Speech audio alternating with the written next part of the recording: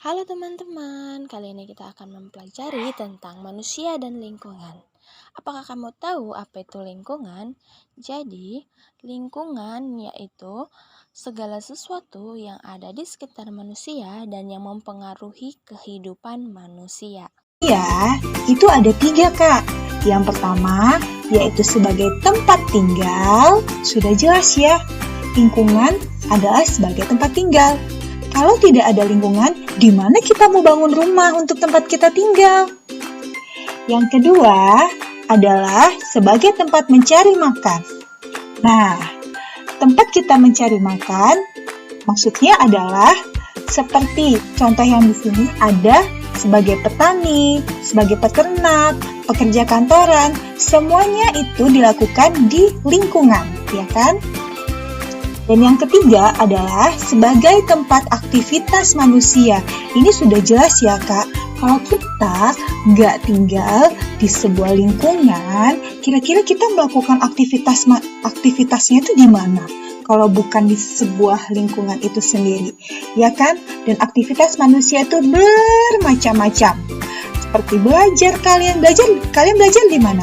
Di rumah sekarang. Nah, rumah itu sebagai lingkungan bagi kalian untuk saat ini. Seperti itu kira-kira.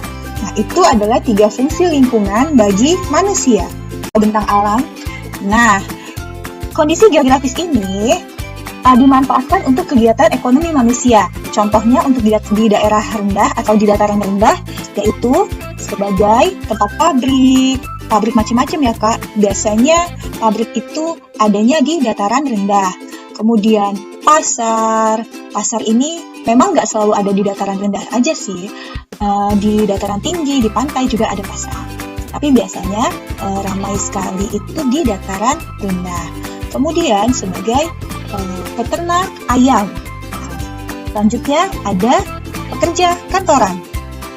Pernah nggak lihat kantoran itu tapi adanya di dataran tinggi? Nah, selain 4 contoh ini, masih banyak lagi ya Kak, contoh dari pemanfaatan bentang alam untuk kegiatan ekonomi manusia. Nah, sekarang kondisi geografis atau bentang alam dataran tinggi yang bisa dimanfaatkan untuk kegiatan ekonomi manusia. Yang pertama adalah sebagai tempat wisata. Dataran tinggi biasanya banyak tempat-tempat wisata seperti air terjun atau tempat wisata lainnya.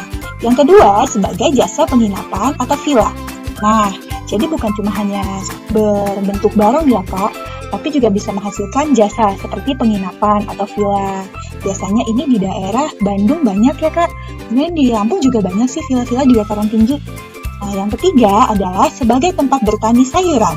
Wow, biasanya para petani itu tinggalnya di daerah dataran tinggi. Contohnya kalau di Lampung itu dataran tinggi ada di Liwa, ya. Liwa itu dataran tinggi, daerahnya sejuk dan tanahnya cocok untuk bertani sayuran. Selanjutnya, kondisi geografis atau bentang alam daerah pantai yang bisa dimanfaatkan untuk kegiatan ekonomi manusia. Contohnya, nah, sebagai jasa transportasi pelabuhan, ya. Jadi biasanya karena Indonesia ini terdiri dari beribu-ribu pulau, nah biasanya dipisahkan oleh selat.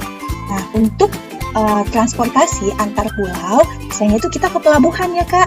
Ke tempat kita itu namanya Pelabuhan Bakauni untuk ke Pulau Jawa, untuk menyeberang ke Pulau Jawa. Kemudian sebagai mata pencaharian nelayan.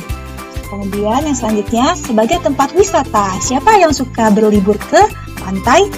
Pasti banyak ya Kak yang suka ke pantai. Apalagi di daerah kita, di Lampung, itu banyak sekali pantai-pantai yang sangat indah. Nah, ini beberapa contoh saja.